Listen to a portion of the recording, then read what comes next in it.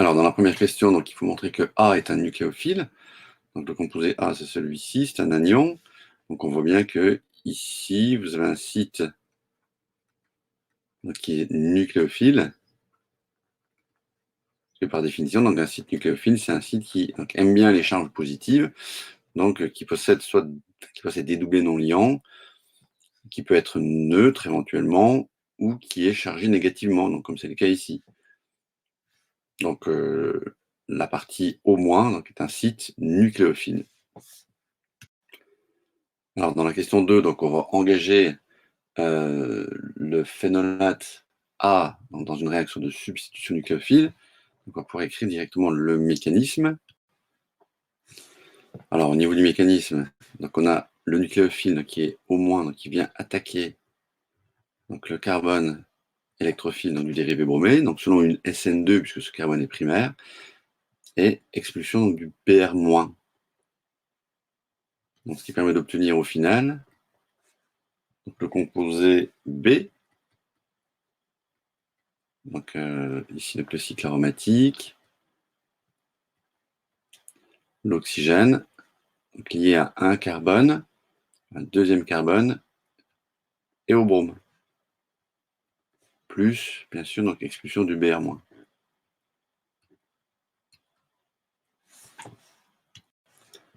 Donc ça, c'est notre composé B.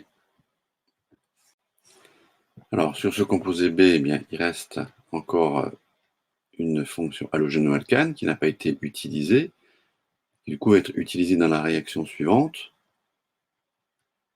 Donc ici, je réécris donc le composé B. Donc on a ici un dérivé bromé, en fait.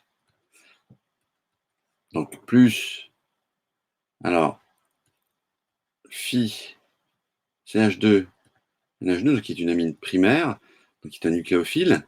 Et ce nucléophile, on va pouvoir attaquer donc, par toujours une substitution nucléophile, donc SN2, le carbone électrophile du dérivé bromé, donc qui correspond à B.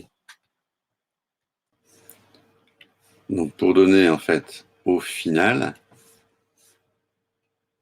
donc PR- et plus, alors on va écrire tout le composé, donc le cycle aromatique,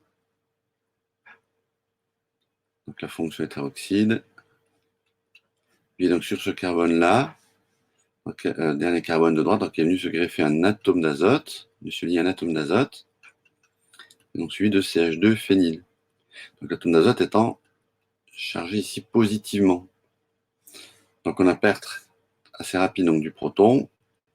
Donc pour donner le composé final, donc, qui s'écrit de cette manière-là, donc qui correspond en fait à une amine secondaire du coup, O, 1, 2, donc NH, CH2, Phi. Voilà. Donc, et puis plus H+, donc perte du proton au niveau de l'ion ammonium. Donc ce composé-là, donc c'est notre composé C. Donc selon en fait une SN2 pour le composé B et également en fait une SN2 pour le composé C. Alors ce composé C réagit ensuite dans la question 3 donc, sur un époxyde. Donc cet époxyde, donc avec le cycle à 3 atomes dont un atome d'oxygène, donc qui s'écrit de cette manière-là, au Phi. Alors si on regarde un petit peu la suite du composé, ça va nous donner des indications sur ce qui s'est passé. Donc, puisque toute la partie qui est ici, donc en s'arrêtant justement au groupement NH-CH2-Phi, donc N, on le retrouve jusqu'ici. Donc c'est toute la partie qui est là. Toute la partie de D, on la retrouve, enfin, toute la partie de C, on la retrouve dans D à ce niveau-là. Donc il est bien évident que c'est l'azote qui s'est accroché à ce carbone-là, dans ce carbone-là, donc qui provient en fait, qui correspond à ce carbone qui est ici. Hein, donc si on compte par rapport au Phi, donc qui est ici, hein, donc on a ici 1, 2, 3 carbones, et ici donc 1, 2 et 3 carbones également. Donc, ce qui veut dire que cet azote qui est là, donc c'est fixé à cet atome de carbone qui est ici. Il faut essayer de regarder toujours un petit peu en avance dans les synthèses organiques pour savoir un petit peu ce qui s'est passé, pour essayer de deviner ce qui s'est passé. Donc en fait, par rapport au mécanisme réactionnel, donc, il va se produire donc, une attaque nucléophile donc, de l'azote sur le carbone électrophile le plus dégagé de l'époxyde. Alors, je vais remettre les deux doublés non liants donc, sur l'atome d'oxygène de l'époxyde, puis sans oublier bien sûr l'ouverture de l'époxyde. Donc on obtient un composé donc, que je viens d'écrire. Alors, à la limite, on peut numéroter les carbones pour visualiser un petit peu plus la situation. Donc ici, on aurait par exemple le carbone 1, le carbone 2, le carbone 3. Donc, le carbone 1 qu'on retrouve ici, le carbone 2 et le carbone 3. Donc ce qui s'est passé, c'est du fait de l'ouverture ici de l'époxyde, l'oxygène s'est retrouvé sur le carbone numéro 2. Et il s'est retrouvé en tant que O-, donc alcoolate sur ce carbone numéro 2.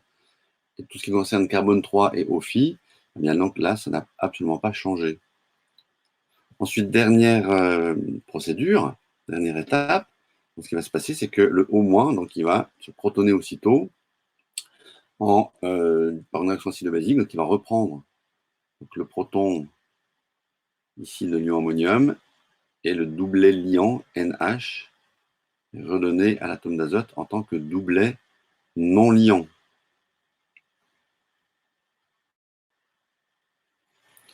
Et du coup, bien, on va obtenir le produit final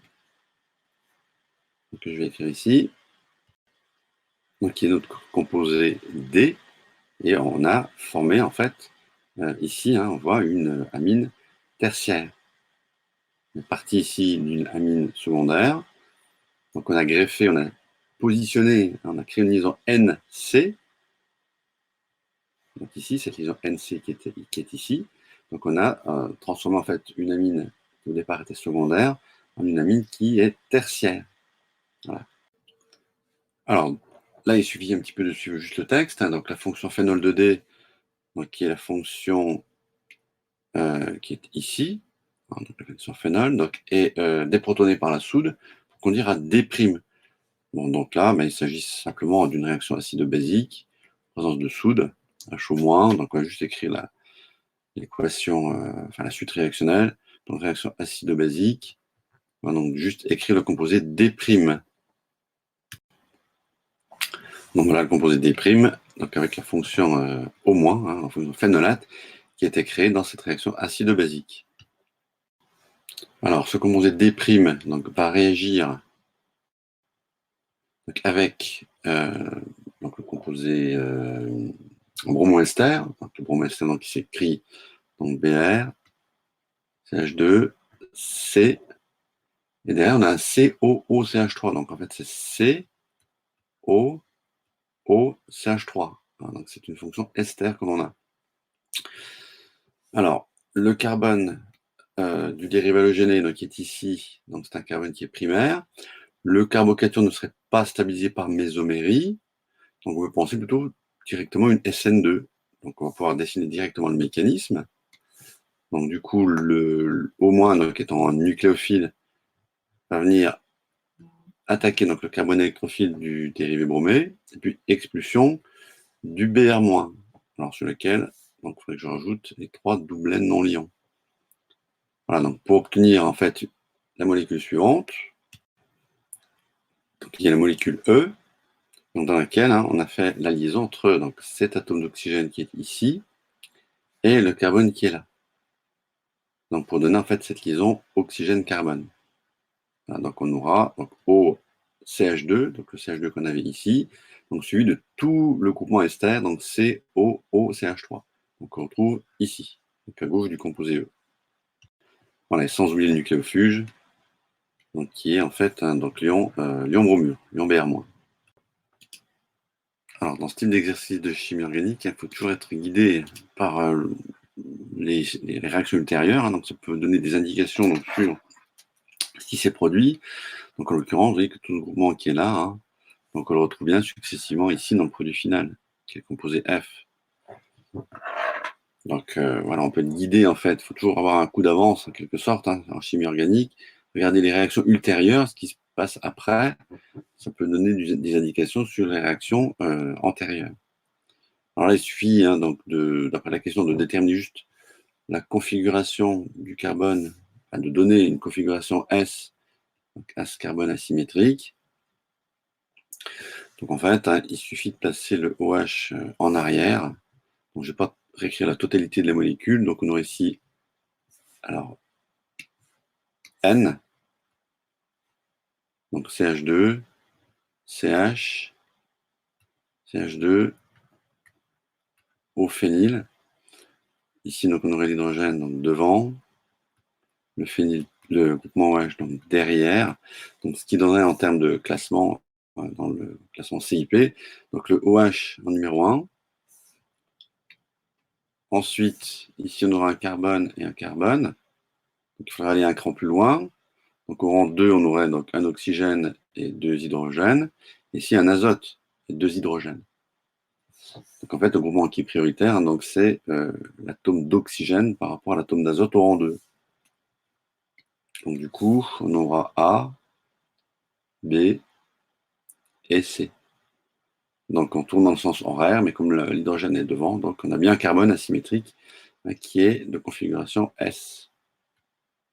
Voilà, c'est juste ce qui était demandé, et on voit qu'après, donc on a une modification fonctionnelle en fait, hein, c'est passé une modification fonctionnelle de toute cette partie-là, qui du coup ne concerne plus la chaîne, l'autre chaîne latérale, l'autre substituant hein, du cycle aromatique.